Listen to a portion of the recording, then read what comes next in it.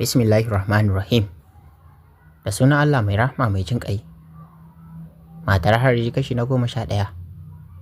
Hannun mahaifiyar ta shi ɗaga tana mai faɗin. Kauce ka bani wuri auta ko kuma in ci ubanka.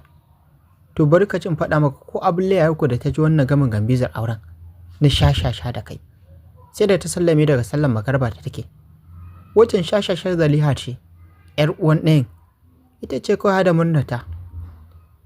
Saboda ita ba gidajiya ce, kawai ka je ka ɗauko mana wata ba gidajiya. Wallahi tallahi ubin makirin baban ku zanci. Ni dai wannan mugun irin bai yi ba. Inda shuka ce ba abin da zai sa in so shi balle har na shuka a gonata. Yadda zuciyar shi take ta farfasa ne da kuma kukan jiddan. Idan har ya tsaya zai iya faɗa wa mahaifiyar shi maganar da za ta zefa shi cikin fushin ubangiji. Saboda haka ya fege hannun matar tashi. Tana kuka tana kuma ya jefa ta a mota. Ya yi wa motar ki ya fice daga cikin gidan a guje. Kai tsaye gidan shi ya nufa. Zuciyar shi na ta faman ta farfasa tana kuma tukuki. Yayin da ya kumbura ya fam. Kukan nashi ne fi daga mashi hankali sosai ya kuma bata mashi rai. Ya ci wani uban birki na faɗin hawa. Ya isa ka kukan. Yadda ya magana da ƙaraji ya sa ta saurin haɗe kukan nata. Da jawa ta ƙarfar ajiyar zuciya. Sake taka motar ya shiga unguwar tasu. Ya yi burki ya yi hon. Mai gadi ya zo ya buɗe mishi ya shiga. Ya je parking space ya yi parking. Sannan ya ɗora kanshi a saman sikiyarin butur na faɗin. Inna lillahi wa inna ilaihi raji'un. Hawa idan baki daina kukan nan ba, Allah za ki tarwatsa zuciyata.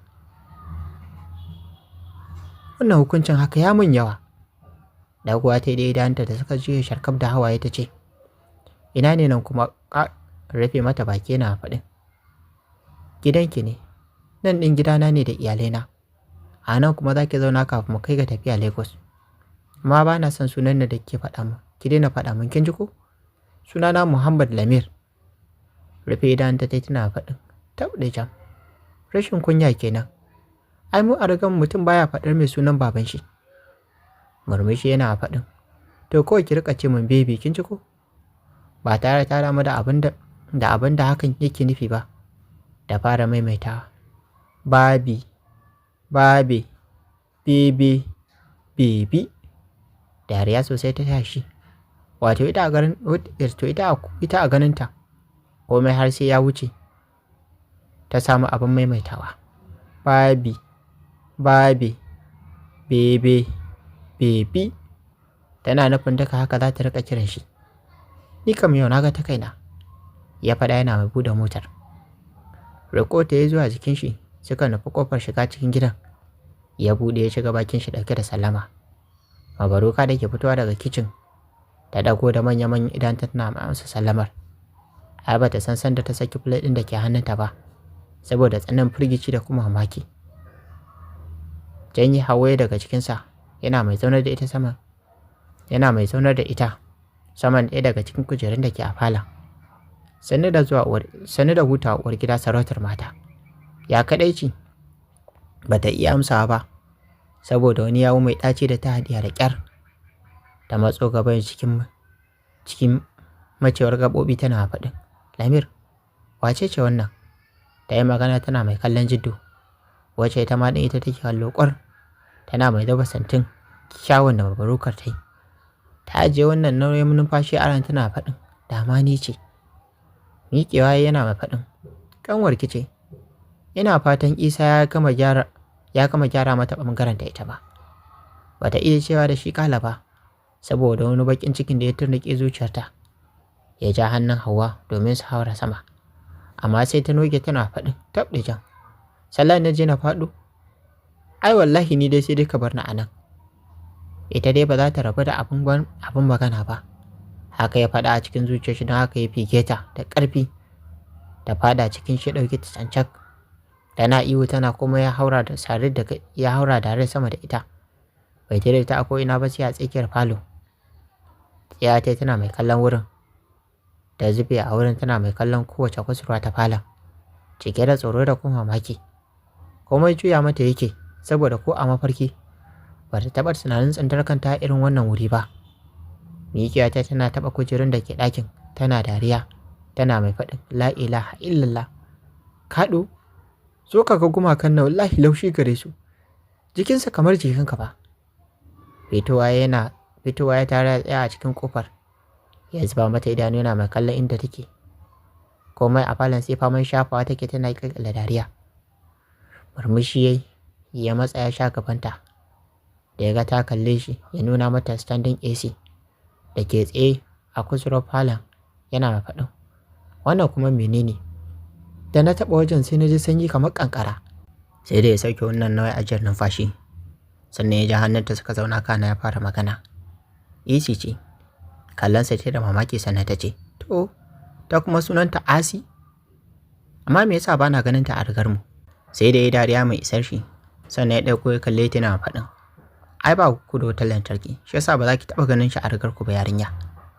Miƙiya ta tare faɗin, a'a kaɗo. In za a yi wasa, wanda zai kara uwar miji da taɓarya. Kada fa ka ƙara ce min yarinya don ni gaskiya ba yarinya ba ce na hudi maka. Bata idasa abin da take faɗa a cikin bakinta ba. Ya sama da ita bai dire ta a ko'ina ba sai a cikin kicin.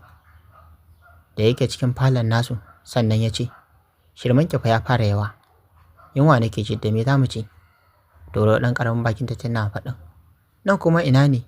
Ɗakin waye? Janyo ta yi zuwa cikin shi na faɗin. Nan ɗin kicin ne. Ma'ana madafa inda ake dafa abinci a ci. Dariya ta sosai tana faɗin. Amma kaɗa dai ka rena min hankali.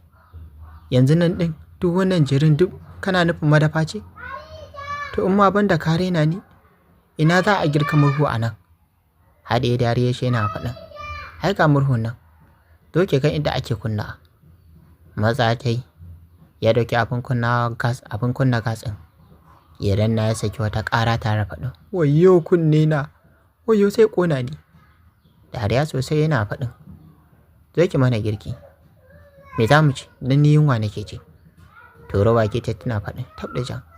Ni dai a'a ba zan iya girki ba. Dan ko kunuwa ban taɓa damawa ba. Balle kuma a je ga jakwalkwalon irin naku na 'yan birni. Murmushi ya dauko tukunya sabuwa dal a kicin cabinet. Ya zuba ruwa ya ɗora. Ya goge hannunsa ya jawo ta suka dawo waje. Yana mai faɗin. Zauna yana zuwa. Bai jira cewar ta ba kai tsaye na fi downstairs. Ya sauka na kuma ta takalar za ta kai shi zuwa faɗin mabaruka. Ya haura ya tarar da ita a tsaye, hannunta rike da waya. Tana mai yafi game da faɗin. Ina zaki? Cikin kallo irin na tsantsar tuhuma ta ce da shi.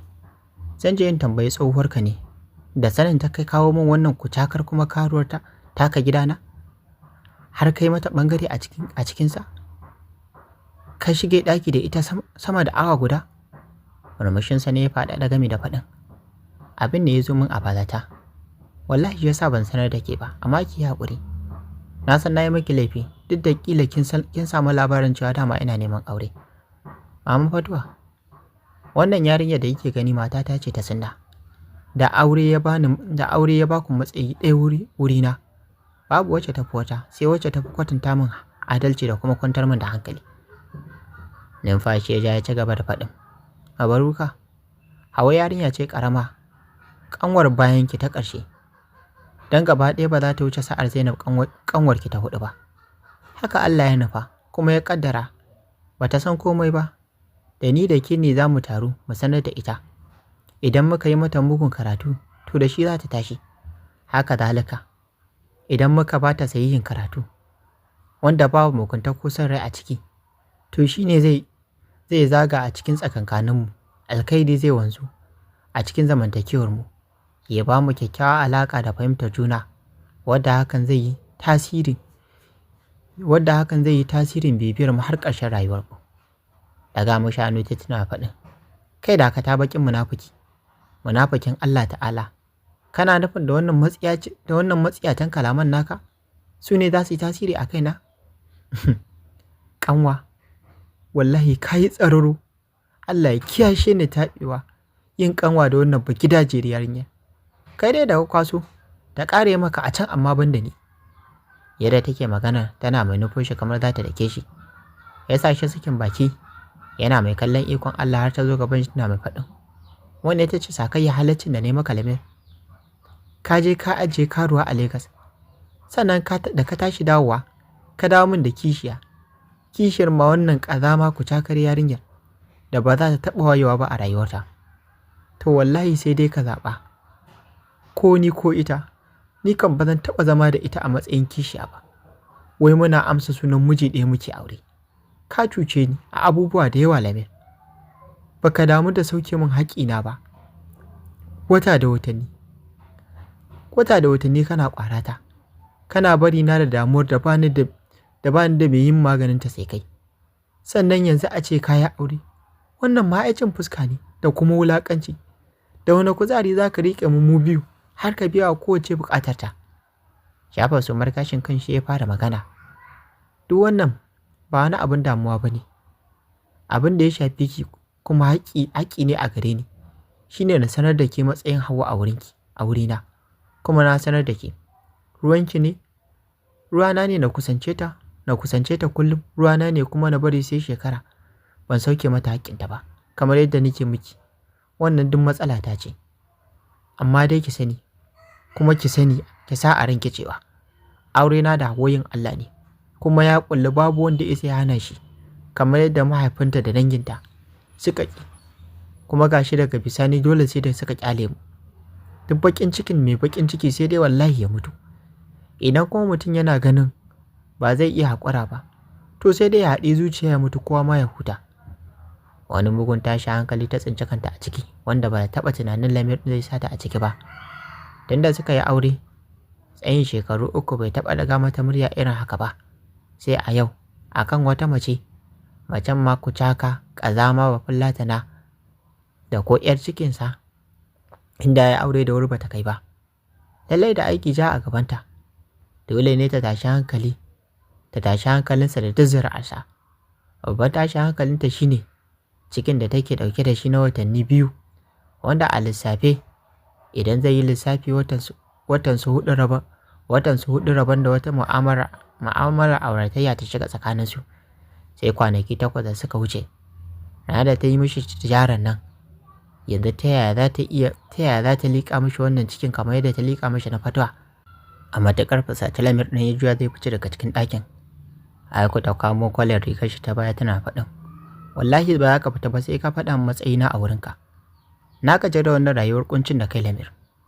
Kai ban ji daɗi da kai a fannin mu'amala ta aure ba. Kai ban ji daɗi zama da kai ta fannin rayuwa ba. Kai ban samu lokacinka ba. Wai wannan wani irin jahilin aure ne mara ma'ana da rashin albarka take baibaye da shi ta ko'ina.